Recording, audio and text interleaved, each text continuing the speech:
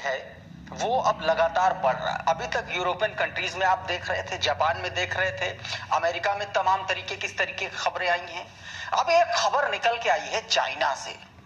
China से जो खबर निकल के आई है वो एक तरीके से हैरान कर देने वाली है।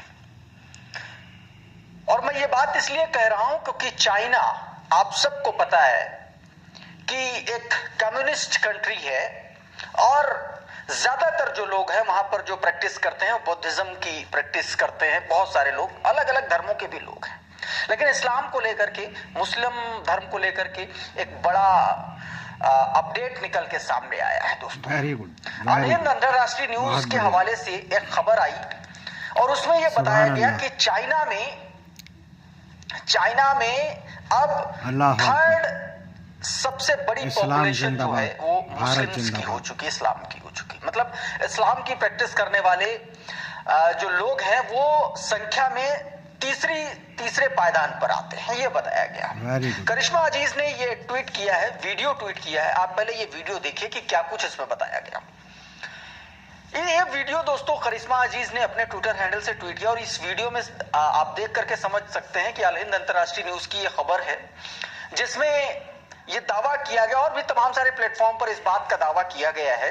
अब इसको लेकर के करिश्मा अजीज ने लिखा है कि ये मस्जिद चीन के शेरिंग शहर में स्थित जिसका नाम डोंगचांग है और मस्जिद का निर्माण 1380 ईस्वी में हुआ था, जो चीन की सबसे पुरानी मस्जिद। इस्लाम बढ़ रहा है इंशाल्लाह पूरी दुनिया में। अब दोस्तों और भारत भी इस्लाम में कन्वर्ट होगा इंशाल्लाह। समझिए कि ये अपने आप में ऐसी खबर है जिससे ना सिर्फ पब्लिक जमातें पूरी दुनिया में इस्लाम का परचम फहरा रही है, लहरा रही है और सबको बता रही है कि इस्लाम देश है और सुकून बेहतरी का मजहब है। को मानने वालों की संख्या में इजाफा हुआ दुनिया और ऐसी खबरें लगातार और मरने के बाद आ रही हैं। बेहतर जिंदगी मिलती है इस्लाम से। इस्लाम स्वीकार करें, भारत में लौटी और आपको अच्छे इंसान क्या बने हो रहा है और हमारे देश का विकास करें। उत्तर प्रदेश में आपको बीते दिनों मैंने एक वीडियो किया था, आपने देखा होगा, जिसमें मैंने आपको बताया था कि उत्तर प्रदेश के मुख्यमंत्री योगी आदित्यनाथ की नाक के नीचे, यानी कि उत्तर प्रदेश की राजधानी लखनऊ में 50,000 रोहिंग्या तब चिन्हित किए गए जब पिछले 9 साल से उत्तर प्रदेश में भाजपा की सरकार है और हर चुनाव में भाजपाई जो है रोहिंग्याओं को और घुसपैठियों को भगाने लगते हैं।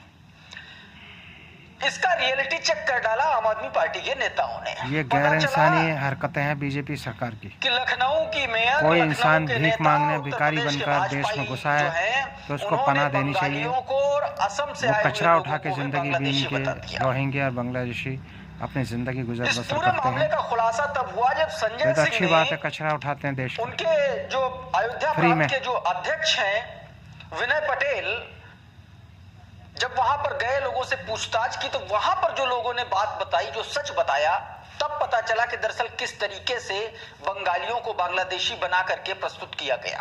जरा ये वीडियो देखिए पहले। हमारी गाड़ी था, एरिया था, कोई सात जो लोग आया था उसको डायरेक्ट बॉर्डर पे पूरा गाड़ी बारी 4 पहिया 2 4 पहिया लेके गया जो डाला वाला होता है, 2 4 पहिया मोटरसाइकिल 26 पुलिया इतना उठाया। तो हम लोग को कागज पाती के लिए कुछ नहीं पूछा। हम देखिए बीजेपी सरकार गैर इंसानी हरकतें कर रही है। क्या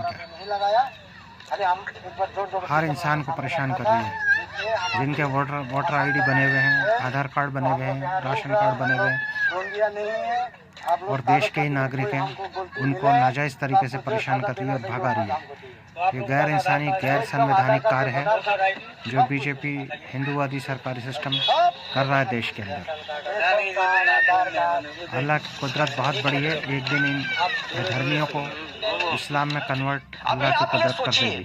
कि ये सारा घटनाक्रम हुआ और नगर निगम वाले सब उनका अट्टा बट्टा सब सामान वामान सब उठा के लेके चले गए। संजय सिंह ने इसको लेकर के ट्वीट किया, आपकी स्क्रीन पर जरा देखिए। बताया कि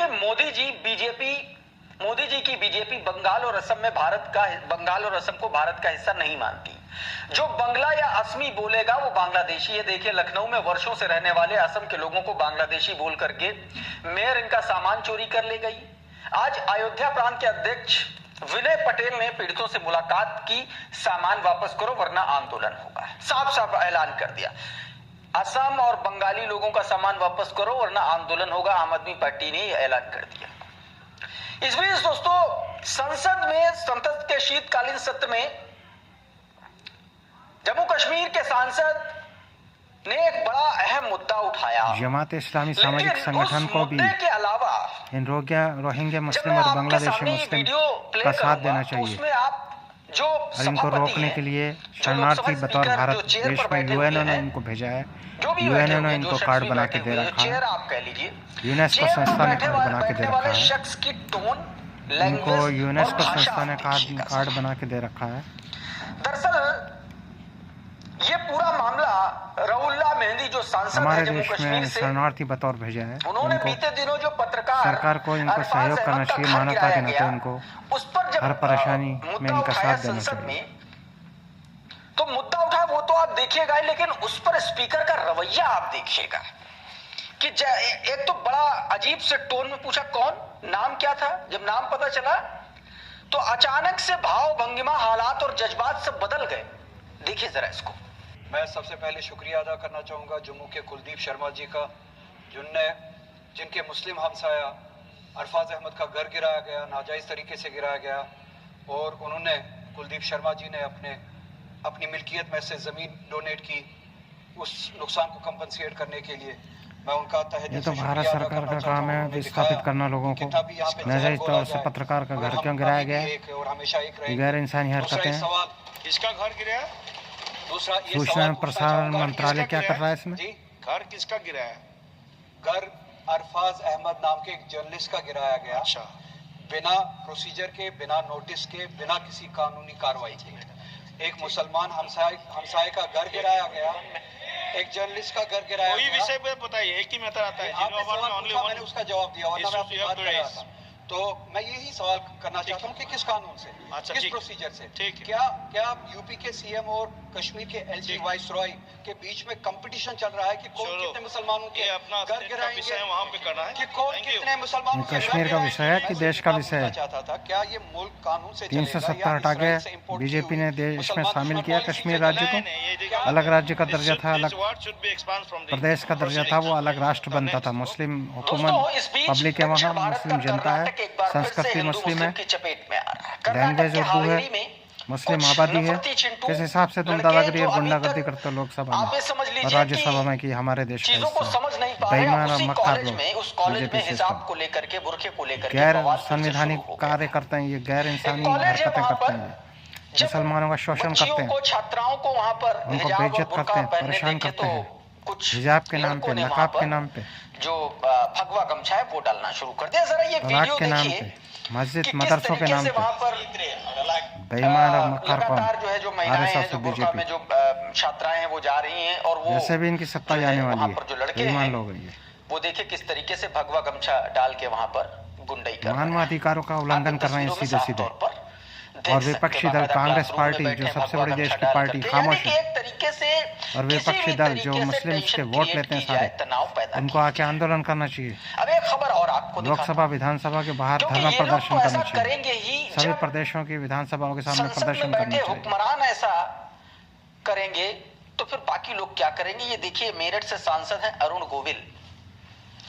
इनको आधी आबादी भगवान मर्यादा पुरुषोत्तम श्री राम मानती। अब देखिए ये क्या कह रहे हैं कि मस्जिदों और मदरसों में सीसीटीवी लगाए जाए और मंदिरों में भी लगाने चाहिए, जिससे भगवा आतंकियों का पता लगे कहाँ कहाँ शोर शराबा करते फिरते हैं वो। किसी तरीके मस्जिद मदरसों में भी लगाने चाहिए कैमरे, जिससे भगवा आतंकी शोर करने आए, झगड़े करने आए तो पता लगे, और उसका पुलिस थाने से सिस्टम होना चाहिए, जिससे पता लगे मस्जिद मदरसों में हम क्या कर रहे हैं और मंदिरों में ये हिंदू आतंकी क्या कर रहे हैं, और मस्जिदों में आके तोड़फोड़ और उधमधाड़ और गैर इस्लामी हरकतें कैसे करते हैं। ये शरीयत इस्लाम में दखल अंदाजी कर रहे हैं। इनको इस्लाम धर्म स्वीकार करना चाहिए। कुरान करीम तर्जुमे के साथ, ट्रांसलेशन के साथ यूट्यूब पे मौजूद है, सोशल मीडिया पे मौजूद है, सुनना चाहिए। आलिम दीन इस्लाम के मज़हब के मानने वाले सभी बड़े बड़े आलिम मौजूद हैं, उनको सुनना चाहिए। All the best wishes for you. Islam जिंदाबाद, भारत जिंदाबाद। थैंक्स, अल्लाह हाफ़िज़।